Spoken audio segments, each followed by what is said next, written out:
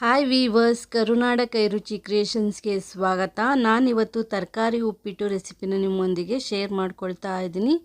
ಸರಳವಾಗಿ ಮಾಡ್ಬೋದು, ತುಂಬಾ ರುಚಿಯಾಗಿರುತ್ತೆ. ಅಷ್ಟೇ ಅಲ್ಲ, ತೂಕನೂ ಸಹ ಕಡಿಮೆ ಮಾಡ್ಕೋಬೋದು. ಈ ರೀತಿ ತರಕಾರಿ ಉಪ್ಪಿಟ್ಟು ಮಾಡ್ಕೊಂಡು ತಿನ್ನೋದ್ರಿಂದ ಹೇಗೆ ಮಾಡೋದು ಅಂತ ನೋಡೋಣ. ಒಂದು ಹಿಡಿ ಮೆಂತ್ಯ ಸೊಪ್ಪು, ಸ್ವಲ್ಪ ಬೀನ್ಸು, ಸ್ವಲ್ಪ ಕ್ಯಾರೆಟು, ಹಾಗೆ ಸ್ವಲ್ಪ ನವಿಲುಕೋಸು, ಸ್ವಲ್ಪ ಕ್ಯಾಪ್ಸಿಕಮ್ನ ತೆಗೆದುಕೊಂಡಿದ್ದೀನಿ. ಮೆಂತ್ಯ ಸೊಪ್ಪು ತರಕಾರಿ ಜೊತೆ ಹಾಕೋದ್ರಿಂದ ಕಹಿ ಬರಲ್ಲ.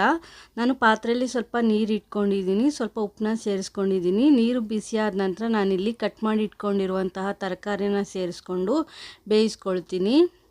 ಈ ರೀತಿ ಬೇಯಿಸ್ಕೊಳ್ಳೋದ್ರಿಂದ ಬೇಗನೆ ಆಗುತ್ತೆ. ತರಕಾರಿ ಬೇಯಿಸಿರೋ ನೀರನ್ನ ವೇಸ್ಟ್ ಮಾಡಬೇಡಿ. ಸಾಂಬಾರು ಅಥವಾ ಒಂದು ಚಿಟಿಕೆ ಪೆಪ್ಪರ್ ಪುಡಿನ ಸೇರಿಸ್ಕೊಂಡು ಸಹ ನಾವು ಈ ನೀರನ್ನ ಕುಡಿಯಬಹುದು.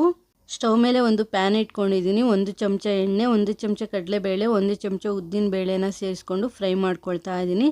ಉದ್ದಿನ ಬೇಳೆ ಕಡಲೆಬೇಳೆ ಸ್ವಲ್ಪ ಕಲರ್ ಚೇಂಜ್ ಆಗಬೇಕು, ಅಲ್ಲಿವರೆಗೂ ಫ್ರೈ ಮಾಡ್ಕೊಳ್ಳಿ. ನಾನೀಗ 1 ಕಪ್ ಆಗೋಷ್ಟು ರವೆನ ಸೇರಿಸ್ಕೊಳ್ತಾ ಇದ್ದೀನಿ. ಉಪ್ಪಿಟ್ಟು ಮಾಡೋದಕ್ಕೆ ಯಾವ ರವೆ ತೆಗೆದುಕೊಳ್ತೀವಿ ಆ ರವೆನ ಸೇರಿಸ್ಕೊಂಡ್ರೆ ಸಾಕು.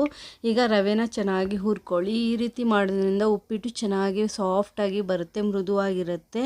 ರವೆನ ನಾವು ಚೆನ್ನಾಗಿ ಹುರ್ಕೋಬೇಕು. ಒಂದು 7ರಿಂದ 8 ನಿಮಿಷ ಮೀಡಿಯಮ್ ಅಥವಾ ಹೈ ಫ್ಲೇಮಲ್ಲಿ ರವೆನ ಚೆನ್ನಾಗಿ ಹುರ್ಕೋಬೇಕು. ರವೆ ಕಲರ್ ಚೇಂಜ್ ಆಗುತ್ತೆ, ಹಾಗೆ ಸೌಟ್ಗೆಲ್ಲ ಅಂಟ್ಕೊಳ್ಳಲ್ಲ. ಅಲ್ಲಿವರೆಗೂ ರವೆನ ಹುರ್ಕೊಂಡ್ರೆ ಸಾಕು. ರವೆ ಹುರಿದ ನಂತರ ಸೌಂಡ್ ಬರುತ್ತೆ, ಅಲ್ಲಿವರೆಗೂ ಹುರ್ಕೊಳ್ಳಿ.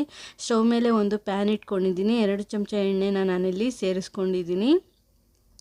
ಎಣ್ಣೆ ಕಾದ ನಂತರ ಅರ್ಧ ಚಮಚ ಸಾಸಿವೆ, ಹಾಗೆ ಒಂದು 5-6 ಹಸಿಮೆಣಸಿನ್ಕಾಯಿನ ಉದ್ದಕ್ಕೆ ಸೀಳಿ ಸೇರಿಸ್ಕೊಂಡು ಫ್ರೈ ಮಾಡ್ಕೊಳ್ತಾ ಇದ್ದೀನಿ. ಖಾರಕ್ಕೆ ಅನುಗುಣವಾಗಿ ಹಸಿಮೆಣಸಿನ್ಕಾಯಿನ ತೆಗೆದುಕೊಳ್ಳಿ. ನೀವು ಯಾವ ರೀತಿ ಖಾರ ತಿಂತೀರಾ ಅನ್ನೋದ್ರ ಮೇಲೆ. ಈಗ ಚೆನ್ನಾಗಿ ಫ್ರೈ ಮಾಡ್ಕೊಳ್ಳಿ. ಹಸಿಮೆಣಸಿನ್ಕಾಯಿನ ಸ್ವಲ್ಪ ಎಣ್ಣೆಯಲ್ಲಿ ಬಾಡಿಸ್ಕೋಬೇಕು.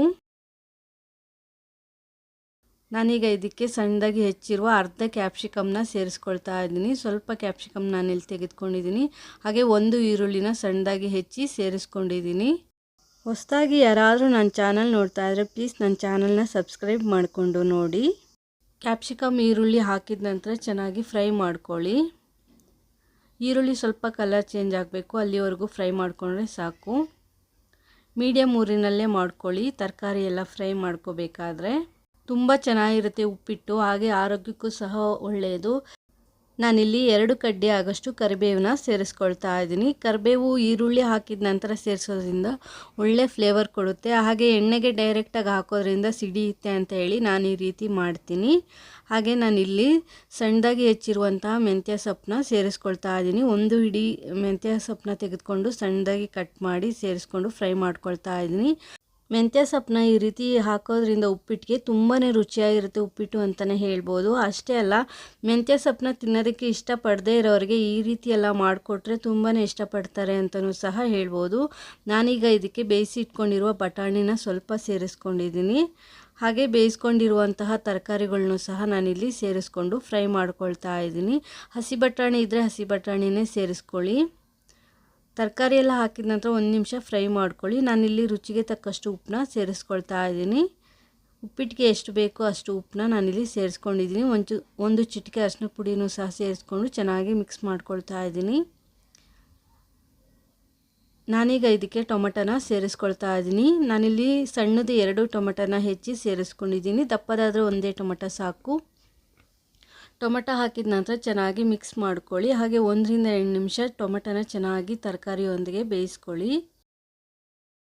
ನಾನೀಗ ಇದಕ್ಕೆ ನೀರನ್ನ ಸೇರಿಸ್ಕೊಳ್ತಾ ಇದ್ದೀನಿ. ನಾನಿಲ್ಲಿ 3 ಕಪ್ ಆಗೋಷ್ಟು ನೀರನ್ನ ಸೇರಿಸ್ಕೊಂಡಿದ್ದೀನಿ. ಉಪ್ಪಿಟ್ಟು ಸ್ವಲ್ಪ ಉದ್ರಾಗಿ ಬೇಕು ಅಂದರೆ 2ರಿಂದ 2.5 ಕಪ್ನ ಸೇರಿಸ್ಕೊಳ್ಳಿ. ಸ್ವಲ್ಪ ಮೃದುವಾಗಿರಬೇಕು ಅಂದರೆ 3 ಕಪ್ ನೀರನ್ನ ಸೇರಿಸ್ಕೊಳ್ಳಿ. 3-3.5 ಕಪ್ ನೀರನ್ನ ಸೇರಿಸ್ಕೋಬೋದು. ನಾನು ಒಂದು ಸ್ವಲ್ಪ ಉಪ್ಪನ್ನೂ ಸಹ ಸೇರಿಸ್ಕೊಂಡಿದ್ದೀನಿ, ಒಂದು ಅರ್ಧ ಚಮಚ ಆಗೋಷ್ಟು. ಹಾಗೆ ಫ್ರೆಶ್ ಆಗಿರೋ ತೆಂಗಿನಕಾಯಿ ತುರಿ, 1-2 ಚಮಚ ಆಗೋಷ್ಟು ತೆಂಗಿನಕಾಯಿ ತುರಿ, ಹಾಗೆ ಸ್ವಲ್ಪ ಕೊತ್ತಂಬರಿ ಸೊಪ್ಪನ್ನ ಸೇರಿಸ್ಕೊಂಡು ಚೆನ್ನಾಗಿ ಮಿಕ್ಸ್ ಮಾಡ್ಕೊಳ್ತಾ ಇದ್ದೀನಿ. ಬಿಸಿ ನೀರು ಹಾಕೋದ್ರಿಂದ ಬೇಗನೆ ಕುದಿ ಬರುತ್ತೆ, ಹಾಗೆ ಉಪ್ಪಿಟ್ಟು ಸಹ ಬೇಗನೆ ಆಗುತ್ತೆ ಅಂತಲೇ ಹೇಳ್ಬೋದು. ಉಪ್ಪು ಹುಳಿ ಖಾರನ ಚೆಕ್ ಮಾಡ್ಕೊಳ್ಳಿ. ಉಪ್ಪು ಹುಳಿ ಖಾರ ಕರೆಕ್ಟಾಗಿದೆ ಅಂದ ನಂತರ ನಾನೀಗ ಇದಕ್ಕೆ ರವೆನ ಹುರಿದಿಟ್ಕೊಂಡಿರುವಂಥ ರವೆನ ಸೇರಿಸ್ಕೊಳ್ತಾ ಇದ್ದೀನಿ. ರವೆ ಹಾಕಿ ಚೆನ್ನಾಗಿ ಮಿಕ್ಸ್ ಮಾಡ್ಕೊಳ್ಳಿ. ರವೆನ ಚೆನ್ನಾಗಿ ಹುರಿದ್ರೆ ನೀವು ಡೈರೆಕ್ಟಾಗಿ ಹಾಕಿದ್ರೂ ಸಹ ಗಂಟಾಗಲ್ಲ. ನೀವು ರವೆ ಚೆನ್ನಾಗಿ ಹುರಿದಿಲ್ಲ ಅಂದರೆ ಗಂಟುಗಳಾಗ್ಬಿಡುತ್ತೆ. ರವೆ ಚೆನ್ನಾಗಿ ಹುರ್ಕೊಂಡಿದ್ರೆ ಚೆನ್ನಾಗಿ ಮಿಕ್ಸ್ ಮಾಡ್ಕೊಳ್ಳಿ. ನೀರಿನೊಂದಿಗೆ ಚೆನ್ನಾಗಿ ಹೊಂದ್ಕೋಬೇಕು. ಒಂದು ಲಿಡ್ ಕವರ್ ಮಾಡಿ ಬೇಯಲಿಕ್ಕೆ ಬಿಟ್ಬಿಡಿ. ಒಂದು 5 ನಿಮಿಷ ಬೆಂದರೆ ಈ ರೀತಿ ಗಟ್ಟಿ ಆಗುತ್ತೆ ಉಪ್ಪಿಟ್ಟು. ನೋಡಿ ಎಷ್ಟು ಮೃದುವಾಗಿದೆ ಅಂತ ಹೇಳಿ. ತುಂಬಾ ರುಚಿಯಾಗಿರುತ್ತೆ ಅಂತಲೇ ಹೇಳ್ಬೋದು. ಡಯಟ್ ಮಾಡೋರಿಗೆ ಈ ರೀತಿ ತರಕಾರಿ ಉಪ್ಪಿಟ್ಟು ತುಂಬಾ ಒಳ್ಳೆಯದು ಅಂತಲೇ ಹೇಳ್ಬೋದು. ಈಗ ಉಪ್ಪಿಟ್ಟು ರೆಡಿ ಆಗಿದೆ. ಬಿಸಿ ಬಿಸಿಯಾಗಿ ಸರ್ವ್ ಮಾಡಿ. ಹಾಗೆ ಆದರೂ ಸರ್ವ್ ಮಾಡ್ಬೋದು ಅಥವಾ ಚಟ್ನಿ ಮೊಸರು ಜೊತೆ ಆದರೂ ಸರ್ವ್ ಮಾಡ್ಬೋದು. ತುಂಬಾ ರುಚಿಯಾಗಿರುತ್ತೆ. ನೀವು ಒಂದ್ಸಲ ಟ್ರೈ ಮಾಡಿ ನೋಡಿ, ಹೇಗಾಗಿದೆ ಅಂತ ಕಮೆಂಟ್ ಮಾಡಿ ತಿಳಿಸಿ. ನನ್ನ ಈ ಉಪ್ಪಿಟ್ಟಿನ ರೆಸಿಪಿ ನಿಮಗೆ ಇಷ್ಟ ಆದರೆ ಲೈಕ್ ಮಾಡಿ, ಶೇರ್ ಮಾಡಿ, ಕಮೆಂಟ್ ಮಾಡಿ. ಹೊಸದಾಗಿ ನನ್ನ ಚಾನಲ್ ನೋಡೋವಂಥವ್ರು ಸಬ್ಸ್ಕ್ರೈಬ್ ಮಾಡಿಕೊಂಡು ನೋಡಿ. Thanks for watching this video.